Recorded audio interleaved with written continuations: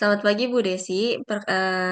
Saya dari kelompok asuransi akan mempresentasikan tentang perancangan database yang disusun oleh saya, Hilary Natalia. Dan saya Yovita Agustin. Di sini saya akan menjelaskan bab 1 yaitu tentang perancangan konseptual. Perancangan konseptual itu yang pertama ada identity entity types yang terdiri dari entitas, klien, deskripsinya itu individu atau entitas yang pembeli dan memiliki polis asuransi. Kejadiannya itu contohnya pendaftaran polis baru, pembayaran premium dan pembatalan polis.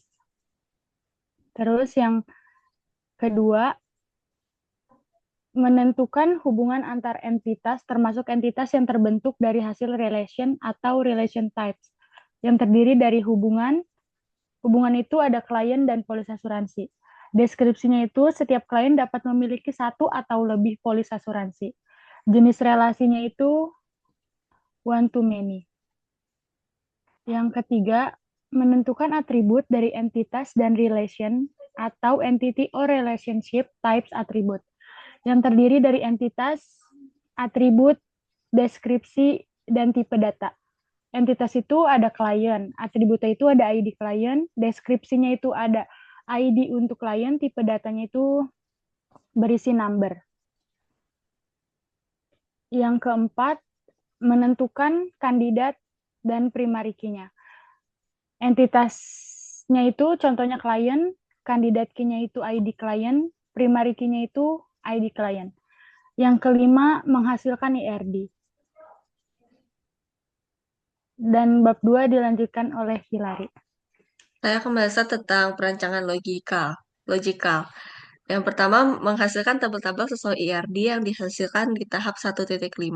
Yang pertama itu ada tabel klien yang memiliki atribut ID klien, tipe datanya number, memiliki deskripsi kunci utama ID untuk klien dan keterangannya seperti keterangannya primary key. Yang kedua ada tabel polis asuransi yang memiliki atributnya ID polis, tipe datanya number, deskripsinya, kunci utama ID untuk polis, dan memiliki keterangan primary key. Yang ketiga, ada tabel klaim asuransi yang memiliki atribut ID claim, tipe datanya number, yang memiliki deskripsi kunci utama ID untuk klaim, dan memiliki keterangan primary key. Yang keempat, ada tabel pembayaran klaim yang memiliki atribut ID pembayaran, tipe datanya number, memiliki deskripsi kunci utama ID untuk pembayaran klaim, dan keterangannya primary key. Yang kelima ada tabel agent asuransi. Atributnya itu ID agent, tipe data, number, memiliki deskripsi kunci utama ID unik untuk agent dan keterangannya primary key. Dan untuk yang keenam, tabel produk asuransi.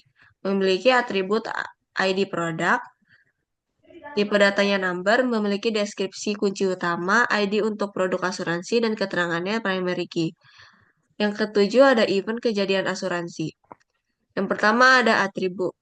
Atribut itu berisikan ID event, tipe datanya number, deskripsinya kunci utama, ID unik untuk event, dan keterangannya primary key.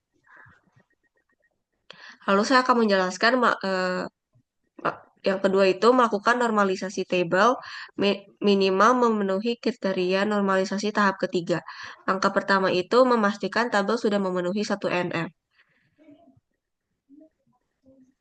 Jadi tabel 1NF kita tuh ada ID, contohnya tabel klien. Kita memiliki ID klien yang ID kliennya satu, namanya Elsa, alamatnya Jalan Merdeka nomor 10.000 Jakarta, nomor teleponnya 081234567890 yang memiliki email tersebut dan tanggal lahir.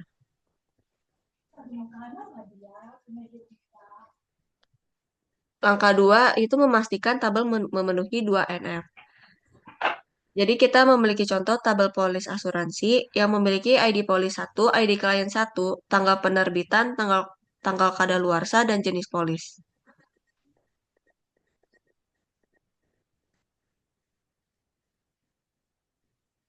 Langkah ketiga, memastikan tabel sudah memenuhi 3 NF.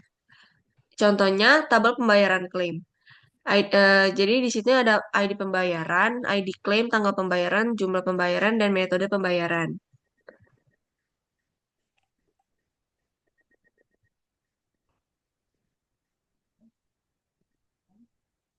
Jadi kita menormalisasi tabel-tabel sistem asuransi minimal 3NF. Jadi ini adalah tabel-tabel kita setelah sudah dinormalisasikan.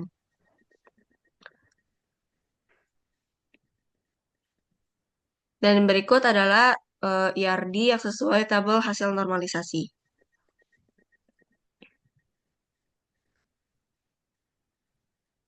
Dan berikut adalah perancangan fisikal kita yang dari Apex. Dan SQL.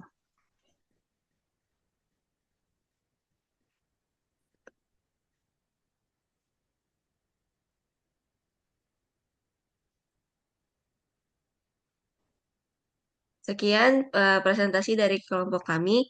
Terima kasih.